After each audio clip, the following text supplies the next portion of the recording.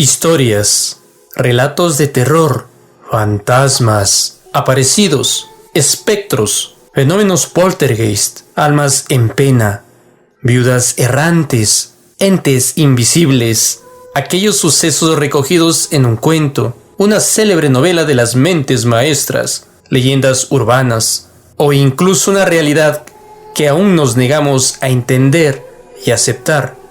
Con ustedes, terror macabrísimo. Terror macabrísimo. ¿Qué tal, mis queridos amigos? Bienvenidos a una emisión más del mundo del terror, en Terror Macabrísimo. Antes que nada me gustaría recordarles que si ustedes desean publicar una historia, sea de su autoría o sea que quieran escuchar de alguno de sus escritores favoritos, aquí estoy para complacerles. No se olviden de escribirnos a nuestro correo terrormacabrísimo@gmail.com.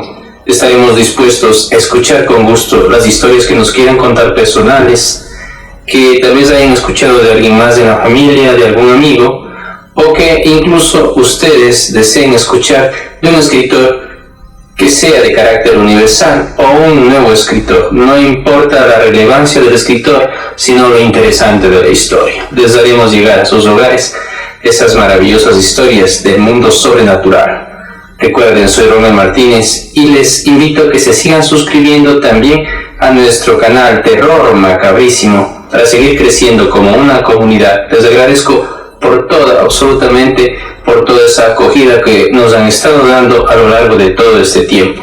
Y en esta ocasión les voy a presentar nuevamente a un escritor que ya había presentado antes. Él es de origen francés, él es Guy de Maupassant. Guy de Maupassant ya es prácticamente, si mal no recuerdo, el tercer cuento que presentamos de Guy de Maupassant. En esta ocasión vamos a hablar del Orla. El Orla viene a ser prácticamente el primer vampiro, pero que no se alimenta de sangre, sino que se alimenta de la energía vital de las personas. Viene a ser algo así como un incubo, como esos demonios que atacan cuando una persona está dormida, esa teoría que existe. En esta ocasión, Guy de Maupassant nos describe lo terrorífico de su vida, pues él siempre temió muchísimo a la locura.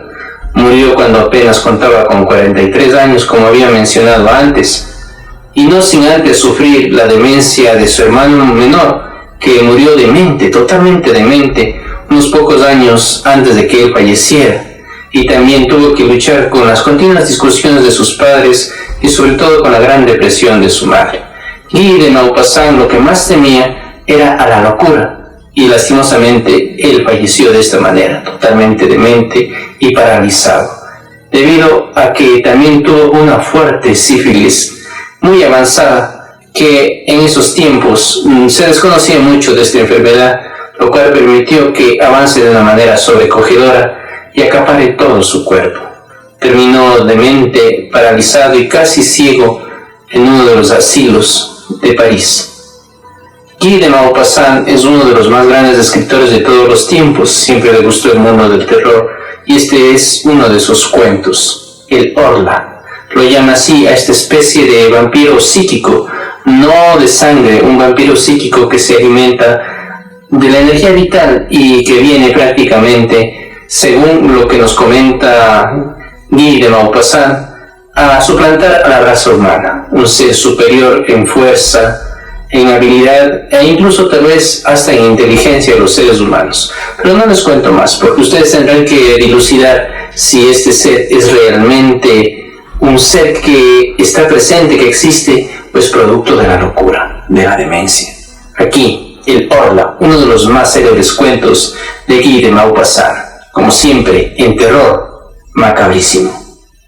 El Orla de Guy de Maupassant, 8 de mayo. ¡Qué jornada admirable!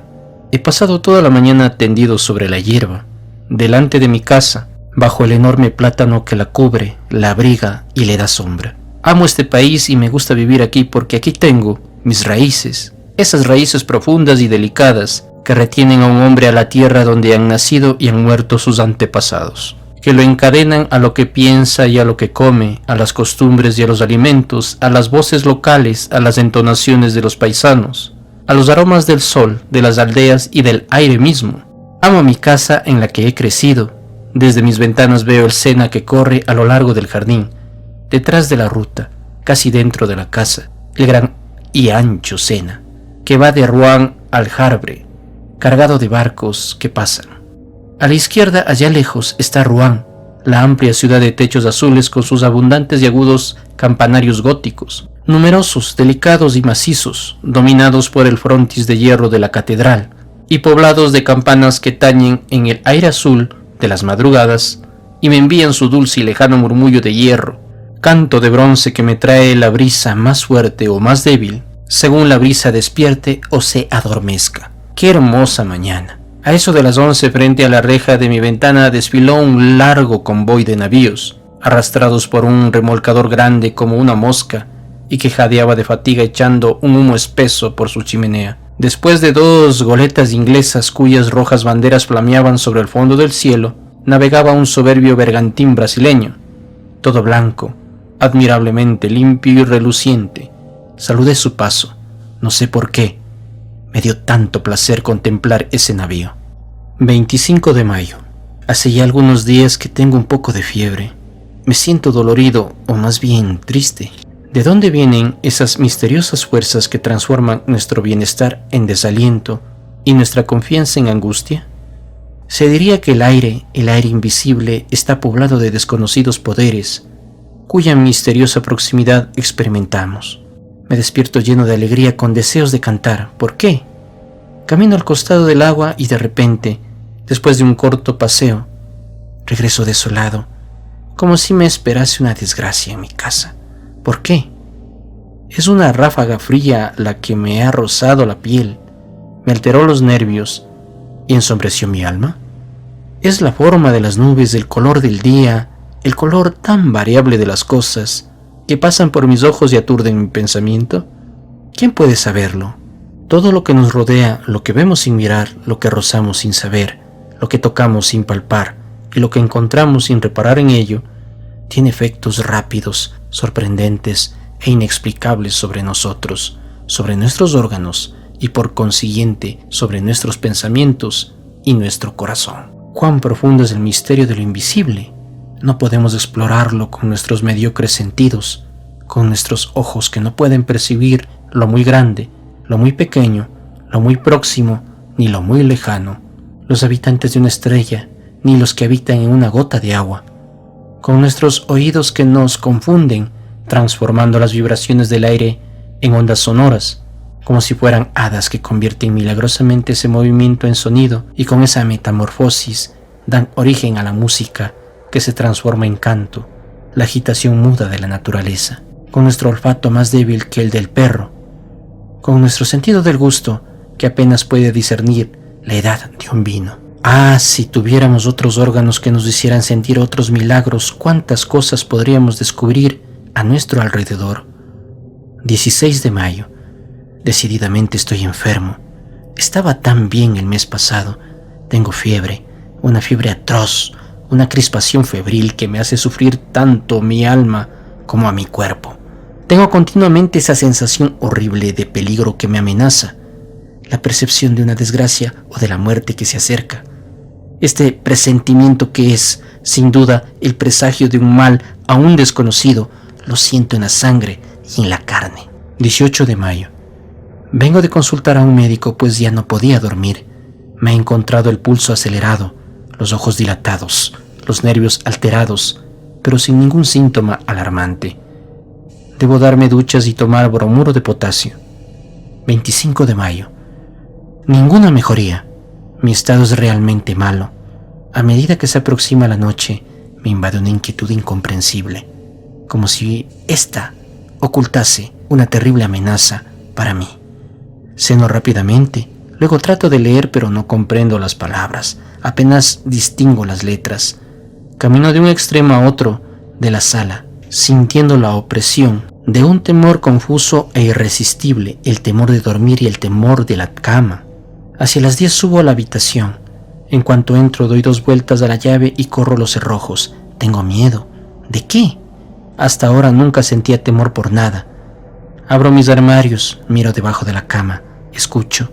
¿Escucho qué? Es extraño que un simple malestar, un trastorno de la circulación, o puede que la irritación de algún nervio, un poco de congestión, una pequeña perturbación del funcionamiento tan imperfecto y delicado de nuestra máquina viviente, convierte el más alegre de los hombres en un melancólico y en un cobarde al más valiente.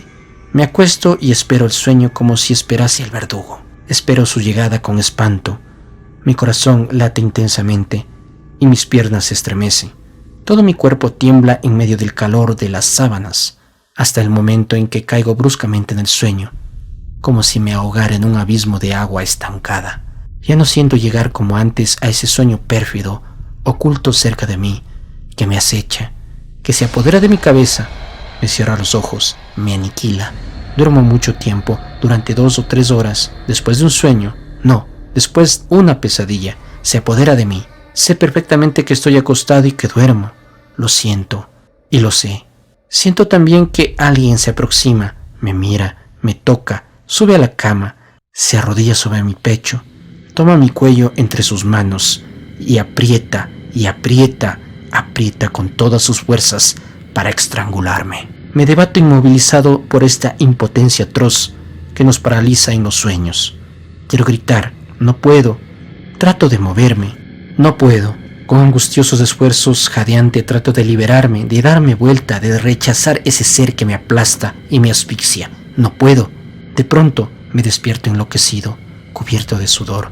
Enciendo una lámpara, estoy solo.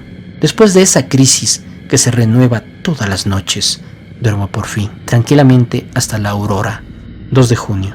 Mi estado se ha agravado. ¿Qué tengo entonces? El bromuro no me hace nada. Las duchas no me hacen nada. Para extenuar mi cuerpo, a pesar de que ya me sentía cansado, di un paseo por el bosque de Roumar. Pensé al principio que el aire fresco, ligero y dulce, lleno de aromas de hierbas y de hojas, me vertía en las venas sangre nueva, energía nueva en el corazón. Caminé por una gran avenida, después giré hacia la Boil, por una alameda estrecha, entre 2 filas de árboles desmesuradamente altos que formaban un techo verde, espeso, casi negro, entre el cielo y yo. Súbitamente un estremecimiento me embargó, no de frío, sino de un extraño escalofrío de angustia. Apuré el paso, inquieto por estar solo en ese bosque, asustado sin razón y estúpidamente por el profundo silencio. De repente, me pareció que me seguían, que alguien marchaba sobre mis talones, muy cerca, a punto de tocarme. Me di vuelta repentinamente, estaba solo. No vi detrás de mí sino la recta y ancha alameda vacía, pavorosamente vacía. Del otro lado también, hasta perderse de vista, se extendía igualmente solitaria y atemorizante. Cerré los ojos. ¿Por qué? Me puse a girar sobre un pie, rápido como un trompo. Estuve a punto de caer. Abrí los ojos. Los árboles bailaban, la tierra flotaba. Tuve que sentarme. Después, no supe por dónde había llegado. Extraña idea, extraña idea. No sabía nada más. Tomé por la costa que se encontraba a mi derecha y volví a la avenida que me había llevado al centro del bosque. 3 de junio. Pasé una noche horrible. Me voy a ausentar algunas semanas. Un pequeño viaje sin duda me hará bien. 2 de julio. Ya regresé. Vuelvo curado. Hice una excursión encantadora. Visité el monte Saint Michael, que no conocía. Qué hermosa visión cuando se llega, como yo, a Abranches, hacia el final del día. La ciudad está sobre una colina. Me llevaron al jardín botánico, a un extremo de la ciudad. Lancé un grito de admiración. Una bahía desmesurada se extendía delante de mí hasta perderse de vista entre 2 costas apartadas que se esfumaban a lo lejos en la bruma.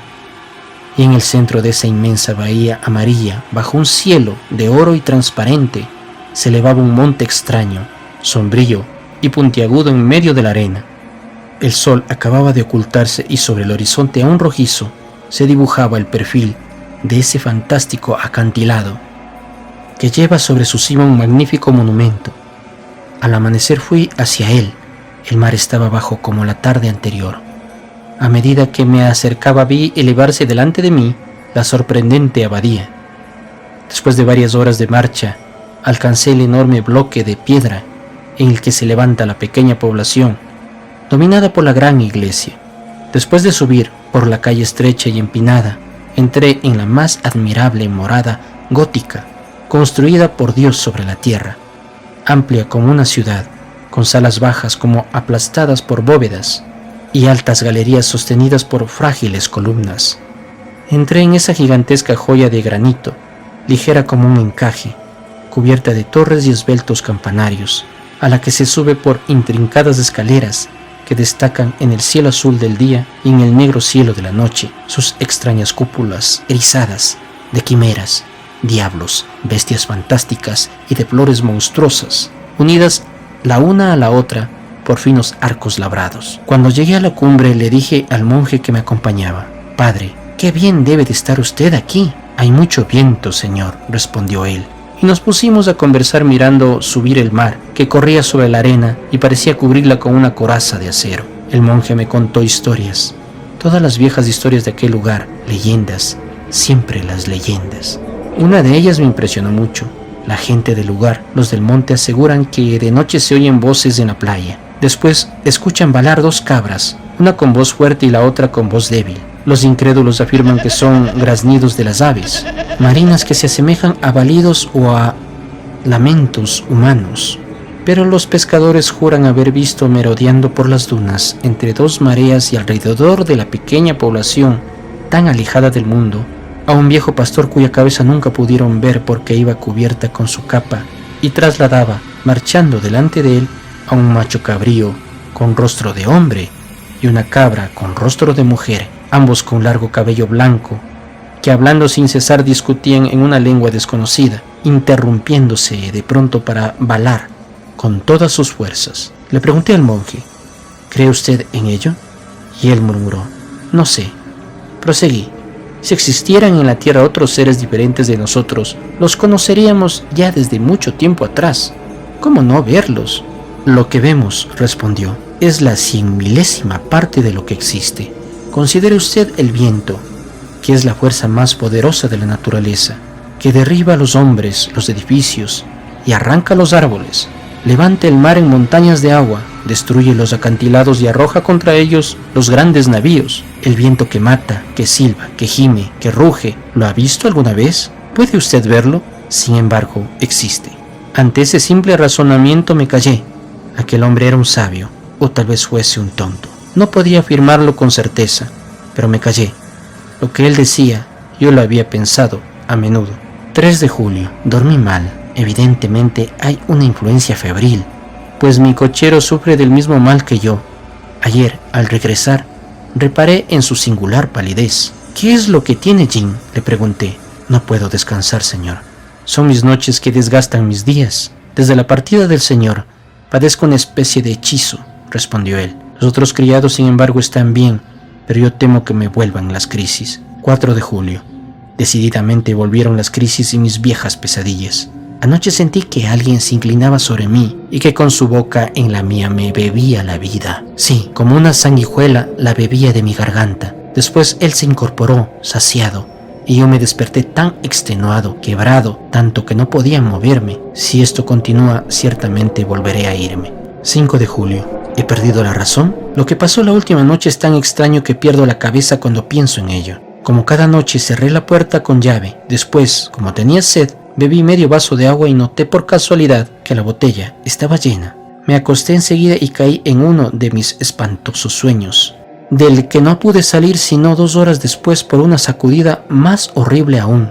Imagínense ustedes un hombre que es asesinado mientras duerme, que despierta con un cuchillo clavado en el pecho, jadeante y cubierto de sangre, que no puede respirar y que va a morir y que no comprende qué ha sucedido. Habiendo recobrado la razón, tuve sed de nuevo, encendí una lámpara y me dirigí hacia la mesa donde había dejado la botella. La levanté inclinándola sobre el vaso, pero no había una gota de agua. Estaba vacía, completamente vacía. Al principio no comprendí nada, pero de pronto sentí algo tan terrible que tuve que sentarme.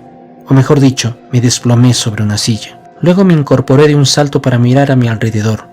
Volví a sentarme delante del cristal transparente, lleno de asombro y terror. Lo observaba con la mirada fija, tratando de comprender. Mis manos temblaban. ¿Se habían bebido el agua? ¿Quién? ¿Yo? Yo, sin duda. ¿Quién podía haber sido sino yo, entonces? era sonámbulo. Vivía sin saberlo, esa doble vida misteriosa que nos hace dudar si hay en nosotros dos seres, o si un ser extraño, desconocido e invisible anima, por momentos, cuando nuestra alma está adormecida, nuestro cuerpo cautivo, que obedece a otro más que a nosotros mismos. Ah, ¿quién podrá comprender mi abominable angustia?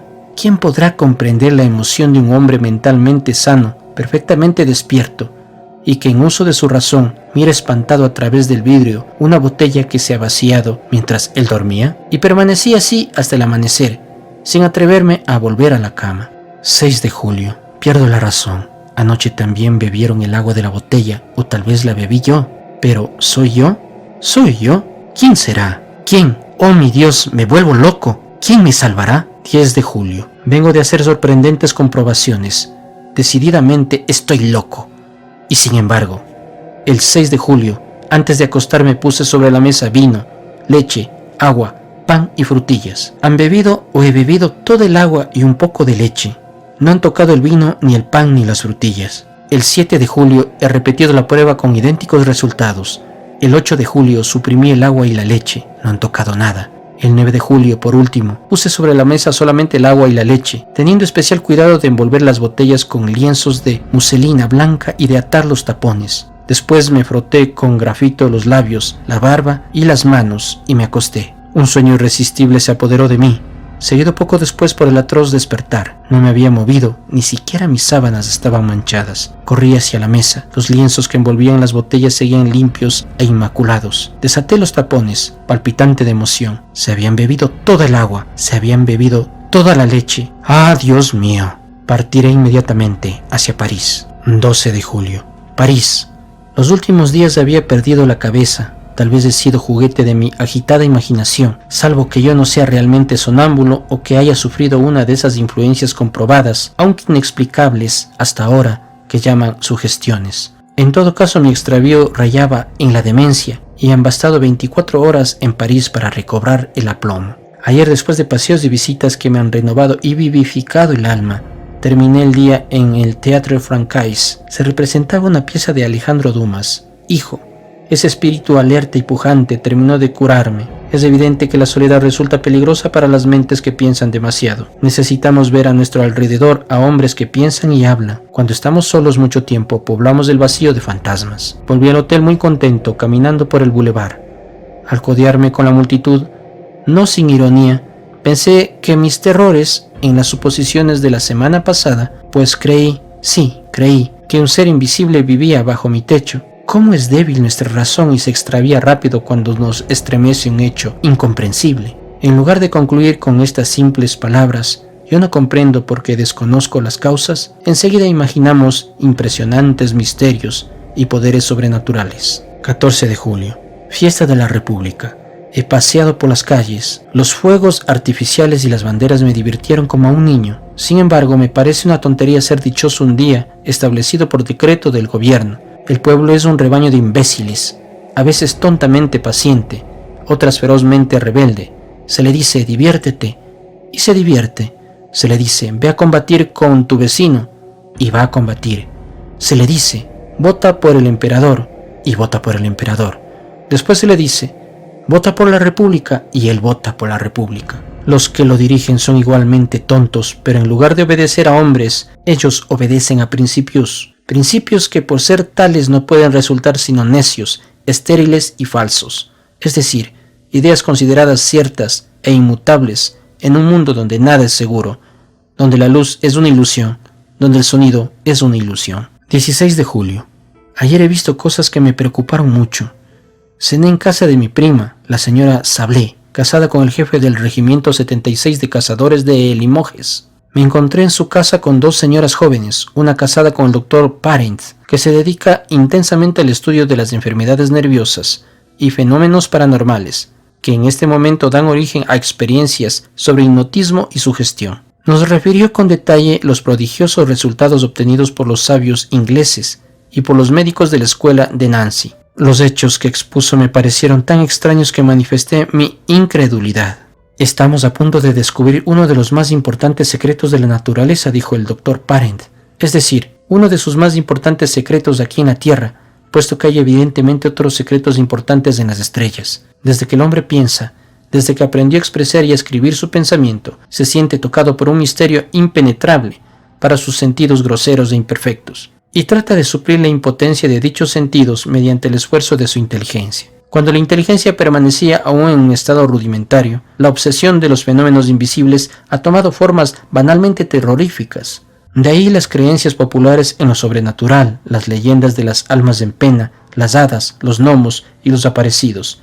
Diría que la misma leyenda de Dios, pues nuestras concepciones acerca del artífice creador de cualquier religión son las más mediocres invenciones, las más estúpidas e inaceptables que pueden salir de la mente atemorizada de las criaturas. Nada más cierto que aquellas palabras de Voltaire: Dios ha hecho al hombre a su imagen y semejanza, pero el hombre le ha correspondido. Desde poco más de un siglo parece percibirse algo nuevo. Mesmer y otros nos señalan un nuevo camino, y efectivamente, sobre todo hace ya 4 o 5 años, se han arribado a sorprendentes resultados. Mi prima, también muy incrédula, sonreía. El doctor Parent le dijo: ¿Quiere que la hipnotice, señora? Sí, me parece bien. Ella se sentó en un sillón y él comenzó a mirarla fijamente. De repente me dominó la turbación. El corazón latía con fuerza. La garganta estaba cerrada. Veía los ojos de la señora Sablé cerrarse pesadamente. Su boca se crispaba, su pecho jadeaba. Al cabo de 10 minutos dormía. Póngase detrás de ella, me dijo el médico. Me senté detrás de ella y él colocó una tarjeta de visita en las manos de mi prima al tiempo que le decía: «Esto es un espejo. ¿Qué ve en él?». Ella respondió: «Veo a mi primo». «¿Qué hace él?». Se atusa el bigote y ahora saca una fotografía de su bolsillo. ¿Quién aparece en la fotografía? Mi primo. Era cierto. Esa misma tarde me habían entregado esa fotografía en el hotel. ¿Cómo aparece en ese retrato? Se halla de pie, con el sombrero en la mano. Evidentemente veía en esa tarjeta de cartulina blanca lo que hubiera observado en un espejo. Las damas decían espantadas: «¡Basta! ¡Basta, por favor!». El médico ordenó: «Usted se levantará mañana a las 8. Luego irá a ver a su primo al hotel y le suplicará que le preste los 5.000 francos que le ha pedido su esposo y que le reclamará cuando regrese de su próximo viaje». Luego la despertó. Mientras regresaba al hotel pensé en esa curiosa sesión y me asaltaron dudas, no sobre la insospechable, la total buena fe de mi prima, a quien conocía como a una hermana desde la infancia, sino sobre una posible superchería del médico. ¿No escondería en su mano un espejo que mostraba a la joven dormida al mismo tiempo que la tarjeta de visita? Los prestidigitadores profesionales hacen cosas semejantes. No bien regresé, me acosté, pero a las 8:30 de la mañana me despertó mi sirviente y me dijo: «La señora Sablé quiere hablar inmediatamente con el señor». Me vestí deprisa y la hice pasar. Se sentó muy turbada, los ojos bajos, y sin levantar su velo me dijo: «Mi querido primo, tengo que pedirle un gran favor». «¿De qué se trata, prima?». «Me cuesta mucho decirlo, pero no tengo más remedio. Tengo necesidad absoluta, necesidad de 5.000 francos». «¿Pero cómo? ¿Usted?». «Sí, yo, o mejor dicho mi esposo, que me ha encargado conseguirlos». Me quedé tan asombrado que apenas podía balbucear mis respuestas. Pensaba que ella y el doctor Parent se estaban burlando de mí y que eso podía ser una farsa preparada de antemano y representada a la perfección. Pero todas mis dudas se disiparon cuando la observé con atención. Temblaba de angustia. Evidentemente esta gestión le resultaba muy penosa y advertí que apenas podía reprimir el llanto. Sabía que era muy rica y le dije: «¿Cómo es posible que su esposo no disponga de 5.000 francos?». Reflexioné: ¿está segura de que le he encargado pedírmelos a mí? Vaciló durante algunos segundos como si le costara mucho recordar y luego respondió: «Sí, estoy segura». ¿Le escribió? Dudó otra vez y volvió a pensar. Advertí el penoso esfuerzo de su mente. No sabía. Solo recordaba que debía pedirme ese préstamo para su esposo. Por consiguiente, se decidió a mentir. «Sí, me escribió». «¿Cuándo?». «Ayer no me dijo nada». «Recibí su carta esta mañana». «¿Puede enseñármela?». No. Contenía esas cosas íntimas, demasiado personales y la he quemado». «Así que su marido tiene deudas». Vaciló una vez más y entonces murmuró: «No lo sé». Bruscamente le dije: «Pero en este momento, querida prima, no dispongo de 5.000 francos». Dio una especie de grito de desesperación. «Ay, por favor, se lo ruego, trate de conseguirlos». Exaltada juntó sus manos como si estuviese rezando. Su voz cambió de tono. Lloraba murmurando cosas ininteligibles. molesta y dominada por la orden irresistible que había recibido. ¡Ay! Le suplico, si supiera cómo sufro, los necesito para hoy.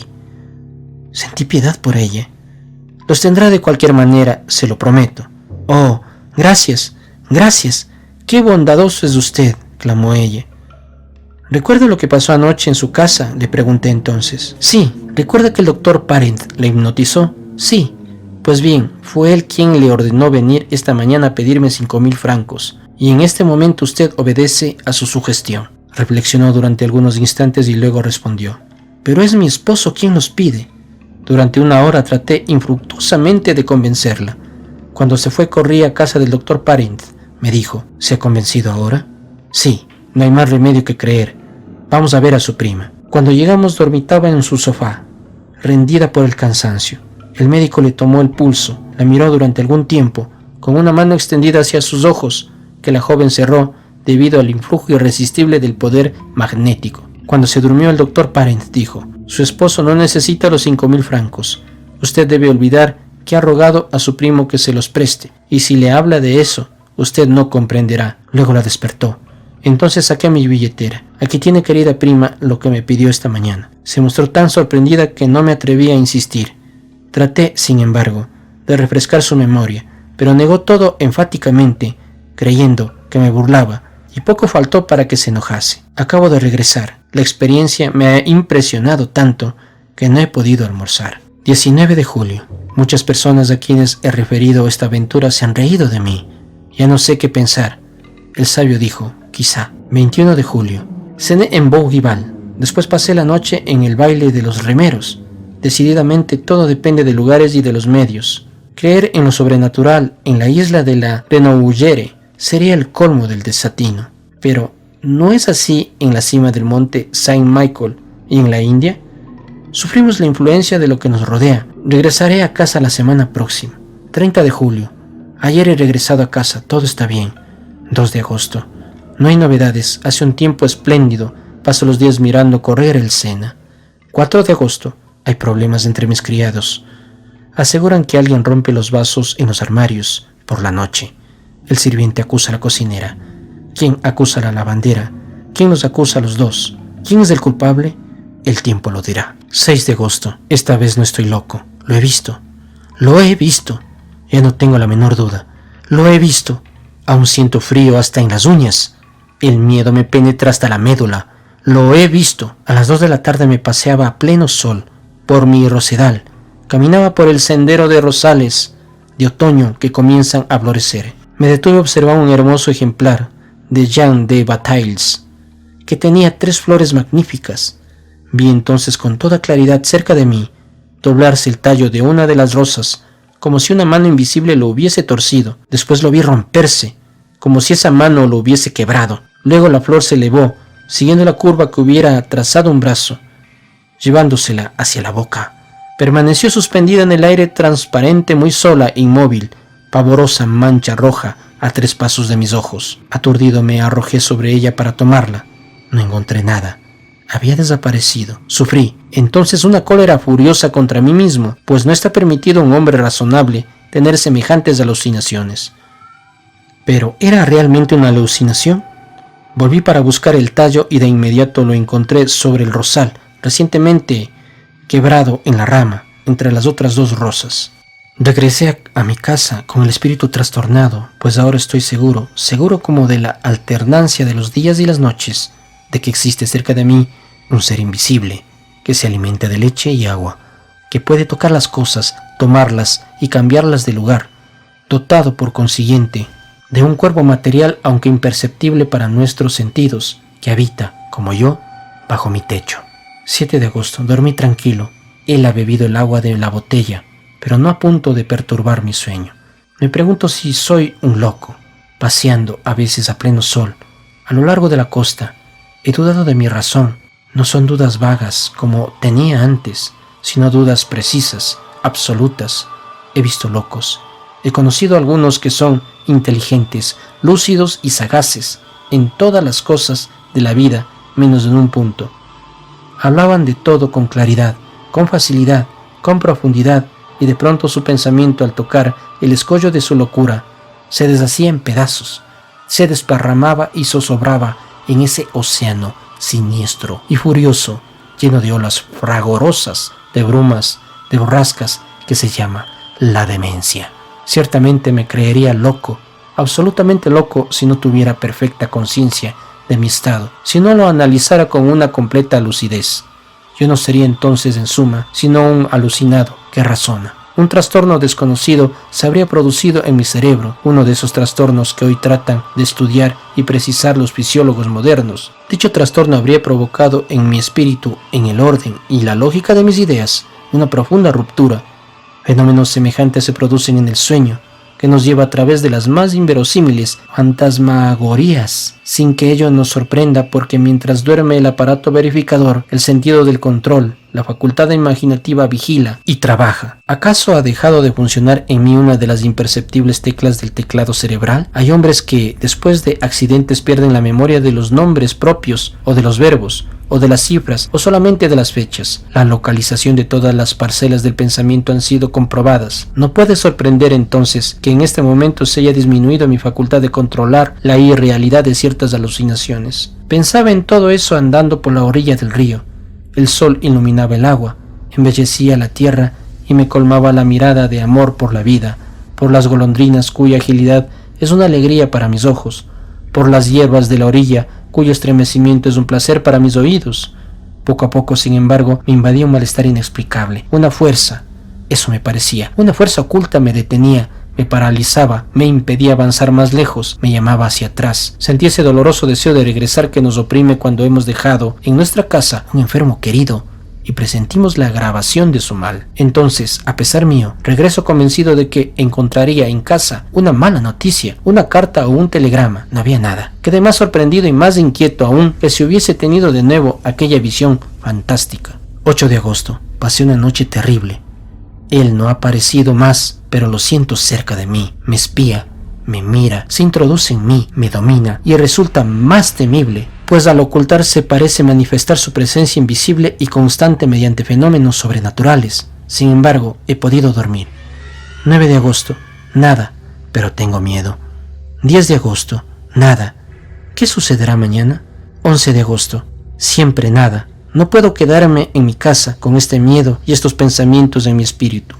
Me iré. 12 de agosto, 10 de la noche. Durante todo el día he deseado irme, pero no he podido. Deseaba cumplir ese acto de libertad tan fácil, tan simple, salir, subir en mi coche para llegar a Rouen. No he podido. ¿Por qué? 13 de agosto.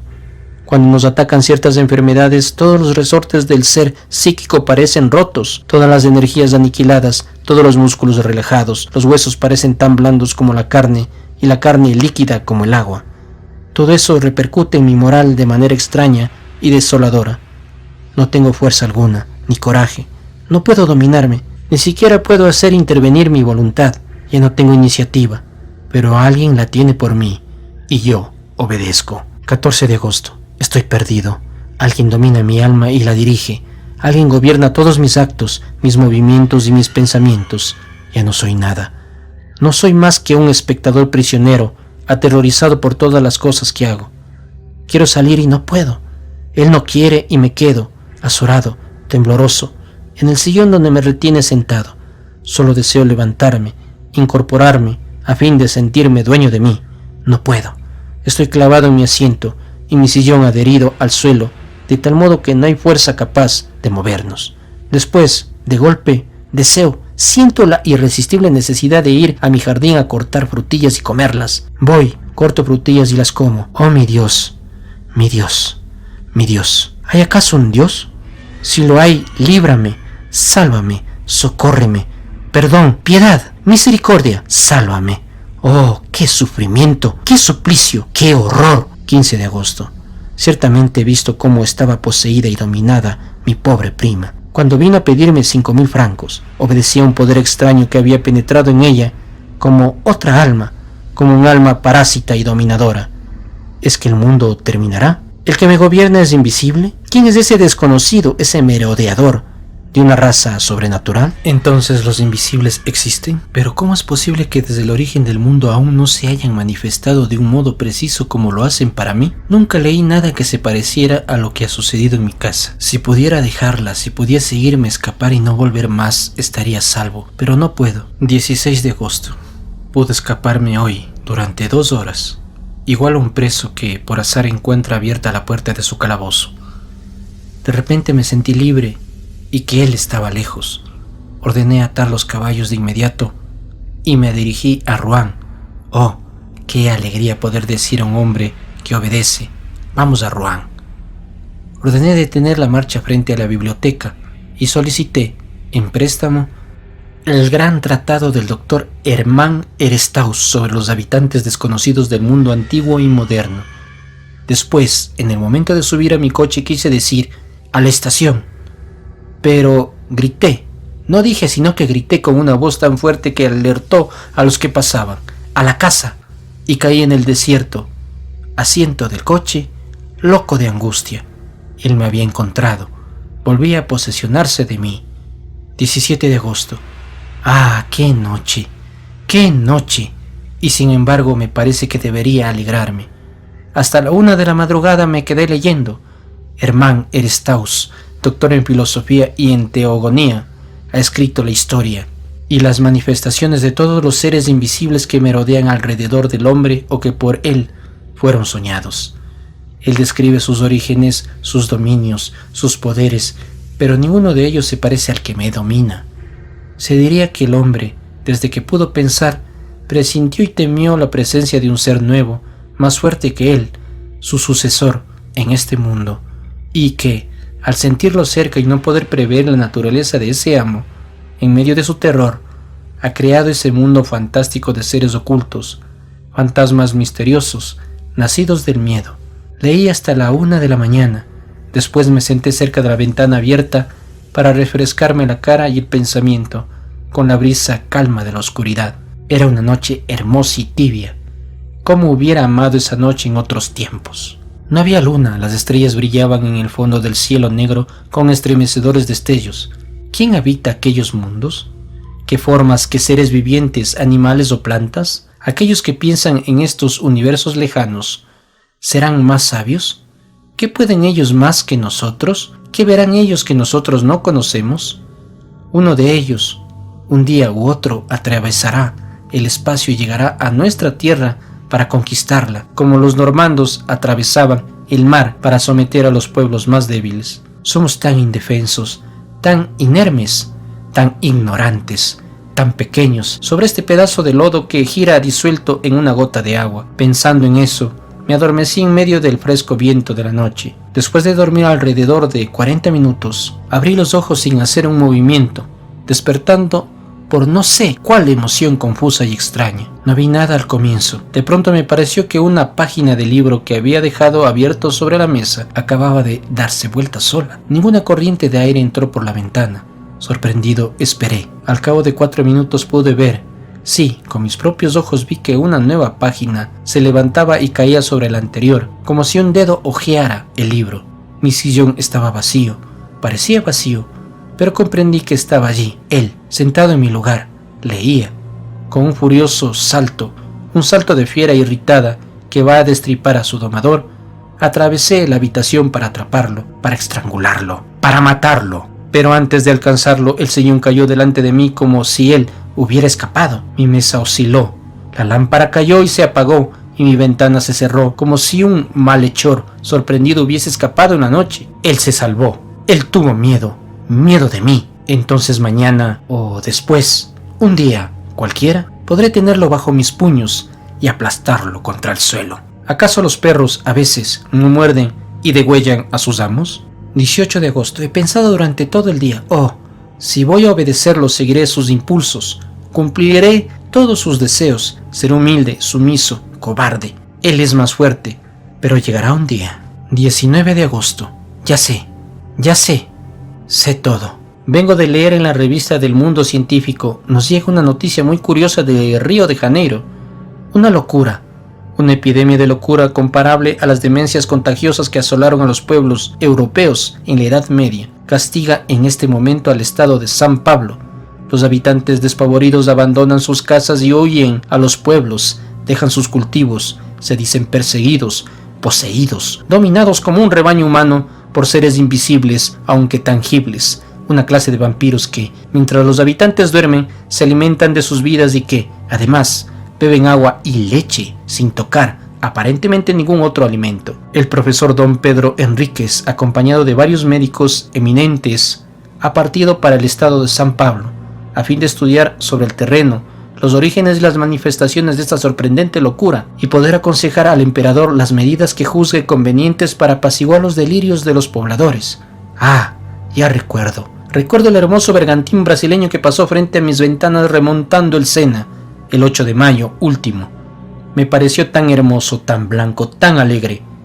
El ser venía de lejos, del lugar de donde es originaria su raza, y él me vio mi blanca vivienda y saltó del navío a la costa. ¡Oh, Dios mío! Ahora ya lo sé y lo presiento. El reinado del hombre ha terminado. Ha venido el que inspiró los primeros terrores de los pueblos primitivos, el que los curas preocupados exorcizaban, aquel que los brujos invocaban por las noches sombrías sin verlo aparecer todavía, aquel a quien presentían los transitorios dueños del mundo y adjudicaban formas monstruosas o graciosas de gnomos, de espíritus, de genios, de hadas y duendes. Después de las groseras concepciones del espanto primitivo, hombres más perspicaces han presentido con mayor claridad. Mesmer lo sospechaba, y los médicos hace 10 años ya que han descubierto la naturaleza de su poder de manera precisa antes de que él mismo hubiera podido ejercerlo. Han jugado con el arma del nuevo señor, la dominación de un misterioso poder sobre el alma humana convertida en esclava. La han denominado magnetismo, hipnotismo, sugestión, qué sé yo. Los he visto divertirse como niños imprudentes con este terrible poder. Desgraciados de nosotros. Desgraciado el hombre. Ha llegado él. ¿Cómo se llama? Parece que me grita su nombre y yo no lo escucho. Él. Sí, él lo grita. Escucho. No puedo. Repite. El Orla. He oído. El Orla. Es él. El Orla ha llegado. Ah, el buitre se ha comido la paloma. El lobo ha devorado el cordero. El león ha devorado el búfalo de agudos cuernos. El hombre ha dado muerte al león con la flecha, con el puñal, con la pólvora. Pero el Orla hará del hombre lo que nosotros decimos del caballo y el buey, su cosa, su servidor y su alimento, por el solo poder de su voluntad.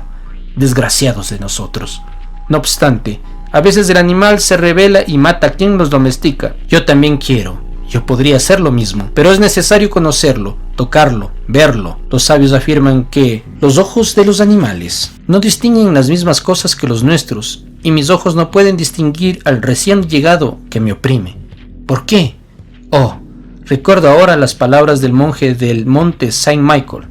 ¿Es que nosotros vemos la 100.000ª parte de lo que existe? Observe, por ejemplo, el viento, que es la fuerza más poderosa de la naturaleza, el viento que derriba hombres y edificios, que arranca de cuajo los árboles y levanta montañas de agua en el mar, que destruye los acantilados y arroja contra ellos a las grandes naves, el viento que silba, que gime, que ruge. ¿Acaso lo ha visto usted alguna vez? ¿Acaso puede verlo? Y sin embargo, existe. Y yo seguía pensando, mis ojos son tan débiles, tan imperfectos, que ni siquiera distinguen los cuerpos sólidos, si ellos son transparentes como el vidrio. Si un espejo sin azogue obstruye mi camino, chocaré contra él, como el pájaro que penetra en una habitación y se rompe la cabeza contra los vidrios. 1000 cosas nos engañan y desorientan. ¿Qué puede extrañar entonces a quien no sepa percibir un cuerpo nuevo que la luz atraviesa? Un ser nuevo. ¿Por qué no? Él debía llegar seguramente. ¿Por qué nosotros íbamos a ser los últimos? Nosotros no lo distinguimos, pero tampoco lo hacían los seres creados antes que nosotros. Su naturaleza es más perfecta, su cuerpo más fino y más definido que el nuestro, tan endeble y torpemente concebido, trabado por órganos siempre fatigados, siempre forzados como mecanismos demasiado complejos, que vive como una planta y como un animal, nutriéndose penosamente del aire, de la hierba y de la carne, máquina animal acosada por las enfermedades, las deformaciones y las putrefacciones, que respira con dificultad, imperfecta, primitiva y extraña, ingeniosamente mal hecha, obra grosera y delicada, bosquejo del ser que podría devenir inteligente y poderoso. Existen muchas especies en este mundo, desde la ostra al hombre. ¿Por qué no podría aparecer una más después de cumplirse el periodo que separa las sucesivas apariciones de las diversas especies? ¿Por qué no una especie más? ¿Por qué no pueden surgir también otros árboles de flores gigantescas y resplandecientes que perfumen regiones enteras? ¿Por qué no pueden surgir otros elementos que no sean el fuego, el aire, la tierra y el agua? Solo son 4, nada más que 4, los padres que alimentan a los seres. ¡Qué lástima! ¿Por qué no serán 40, 400 o 4000? Todo es pobre, mezquino, miserable. Todo se ha quedado con avaricia secamente inventado, torpemente hecho. ¡Ah! ¡Cuánta gracia hay en el elefante y el hipopótamo! ¡Qué elegante es él! Pero dirá usted, la mariposa, una flor que vuela. Yo sueño con una mariposa grande como 100 universos, con alas cuya forma, belleza, color y movimiento ni siquiera puedo describir. Pero yo la veo. Va de estrella a estrella, refrescándolas y perfumándolas con el soplo armonioso y ligero de su vuelo, y los pueblos la miran pasar, extasiados y maravillados. ¿Qué tengo entonces? Es el orla que me hechiza, que me hace pensar esas locuras. Él está en mí, se convierte en mi alma. Lo mataré. 19 de agosto. Lo mataré. Lo he visto. Anoche yo estaba sentado a la mesa. Simulé escribir con gran atención. Sabía perfectamente que vendría a rondarme, muy cerca, tan cerca que podría, tal vez, tocarlo y asirlo. Y entonces tendría la fuerza de los desesperados, dispondría de mis manos, mis rodillas, mi pecho, mi frente y mis dientes para estrangularlo, aplastarlo, morderlo y despedazarlo. Yo acechaba con todos mis sentidos inflamados. Había encendido las 2 lámparas y los 8 candelabros de la chimenea, como si fuese posible distinguirlo con esa luz.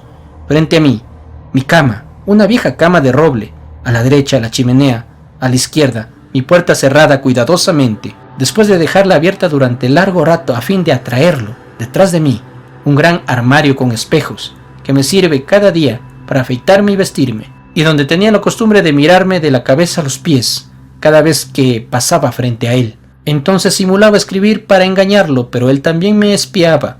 De pronto tuve la certeza de que leía por encima de mi hombro, de que estaba allí, rozándome la oreja.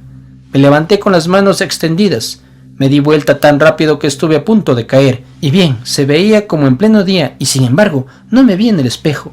Estaba vacío, claro, profundo y resplandeciente de luz. Mi imagen no aparecía y yo estaba frente a él.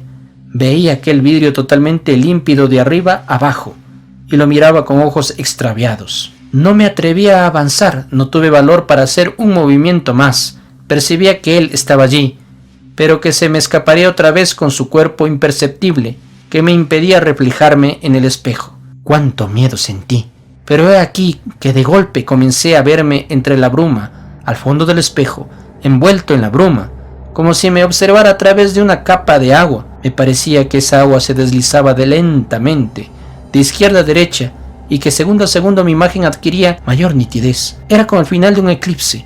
Lo que ocultaba mi imagen no parecía tener contornos precisos. Era una especie de transparencia opaca que poco a poco se aclaraba. Pude al fin distinguirme completamente, como cada día que me miraba. Lo había visto. Conservo el espanto que aún me hace estremecer. 20 de agosto. ¿Matarlo? ¿Cómo? Si está fuera de mi alcance. ¿Envenenándolo? Pero él me verá mezclar el veneno en el agua. ¿Y nuestros venenos tendrán acaso el efecto sobre un cuerpo imperceptible? No, sin dudas. Entonces, ¿qué haré entonces? 21 de agosto. He llamado a un cerrajero de Rouen y le he encargado para mi cuarto persianas metálicas, como las que tienen en algunas residencias particulares en París, en la planta baja, para evitar los robos. Me haré además una puerta similar. Me debe de haber tomado por un cobarde, pero no me importa. 10 de septiembre. Rouen, Hotel Continental. Ha sucedido, pero ¿habrá muerto? Lo que vi me ha trastornado. Ayer, después de que el cerrajero colocó la persiana y la puerta de hierro, dejé todo abierto hasta la medianoche, a pesar de que comenzaba a hacer frío. De improviso sentí que estaba aquí, y me invadió la alegría, una enorme alegría. Me levanté lentamente y caminé en cualquier dirección durante algún tiempo, para que no sospeche. Luego me quité los botines y me puse distraídamente unas pantuflas. Cerré después la persiana metálica y regresé con paso tranquilo hasta la puerta. La cerré con 2 vueltas de llave. Regresé entonces hacia la ventana, la cerré con un candado y guardé la llave en el bolsillo. De pronto comprendí que se agitaba a mi alrededor, que él también sentía miedo y que me ordenaba que le abriera. Estuve a punto de ceder, pero no lo hice. Me acerqué a la puerta y la entreabrí lo suficiente como para poder pasar retrocediendo, y como soy muy alto, mi cabeza llegaba hasta el dintel. Estaba seguro de que no había podido escapar, y allí lo acorralé, solo, completamente solo. ¡Qué alegría! Había caído en mi poder. Entonces descendí corriendo a la planta baja, tomé las 2 lámparas que se hallaban en la sala situada debajo de mi habitación, y, con el aceite que contenían, rocié la alfombra, los muebles, todo. Luego les prendí fuego, y me puse a salvo después de cerrar bien, con 2 vueltas de llave, la puerta de entrada. Me escondí en el fondo de mi jardín tras un macizo de laureles. Qué larga me pareció la espera. Todo me pareció oscuro, mudo, inmóvil. Ni un soplo de aire, ni una estrella, nada más que montañas de nubes que, aunque no se veían, hacían sentir su gran peso sobre mi alma. Miraba mi casa y esperaba. Qué larga espera. Creía que el fuego ya se había extinguido solo, o que él lo había extinguido, cuando vi que una de las ventanas se hacía astillas bajo la presión del incendio, y una gran llamarada roja y amarilla, larga, mullida y acariciante, subía por la pared, blanca hasta el techo. Una luz se reflejó en los árboles, en las ramas, en las hojas, y un estremecimiento de pánico también. Los pájaros se despertaban, un perro comenzó a ladrar, parecía que iba a amanecer. Estallaron otras 2 ventanas, y pude ver que toda la planta baja de mi casa ya no era más que un espantoso brasero. Pero se oyó un grito en medio de la noche, un grito horrible, sobreagudo y desgarrador, un grito de mujer en la noche, y 2 mansardas que se abrían. Me había olvidado de los criados. Vi sus rostros enloquecidos y sus brazos que se agitaban. Despavorido eché a correr hacia el pueblo, gritando: ¡Socorro! ¡Socorro! ¡Fuego! ¡Fuego! Encontré gente que ya acudía al lugar y regresé con ellos para ver. La casa no era más que una hoguera horrible y magnífica, una gigantesca hoguera que iluminaba la tierra, una hoguera donde ardían los hombres, donde ardía él también. Él, mi prisionero, el nuevo ser, el nuevo amo, el Orla. De pronto el techo entero se derrumbó entre las paredes y un volcán de llamas ascendió hasta el cielo. Por todas partes veía las ventanas abiertas hacia la hoguera y pensaba que él estaría allí, muerto en ese horno. ¿Muerto? ¿Será posible? ¿Acaso su cuerpo que la luz atravesaba podía destruirse por los mismos medios que se destruyen nuestros cuerpos? ¿Y si no hubiera muerto? Tal vez solo el tiempo puede dominar al ser invisible y temido, para que ese cuerpo transparente, ese cuerpo invisible, ese cuerpo de espíritu, si está expuesto también él a los males, las heridas, las enfermedades, la destrucción prematura, todo el temor de la humanidad procede de ella. Después del hombre, el Orla. Después de aquel que puede morir todos los días, a cualquier hora, en cualquier minuto, en cualquier accidente, ha llegado aquel que no debe morir más que en su día, en su hora, en un minuto determinado, al llegar al límite de su existencia. No, sin duda él no ha muerto. Entonces, va a ser necesario, entonces, que me mate yo. Historias de Ultratumba.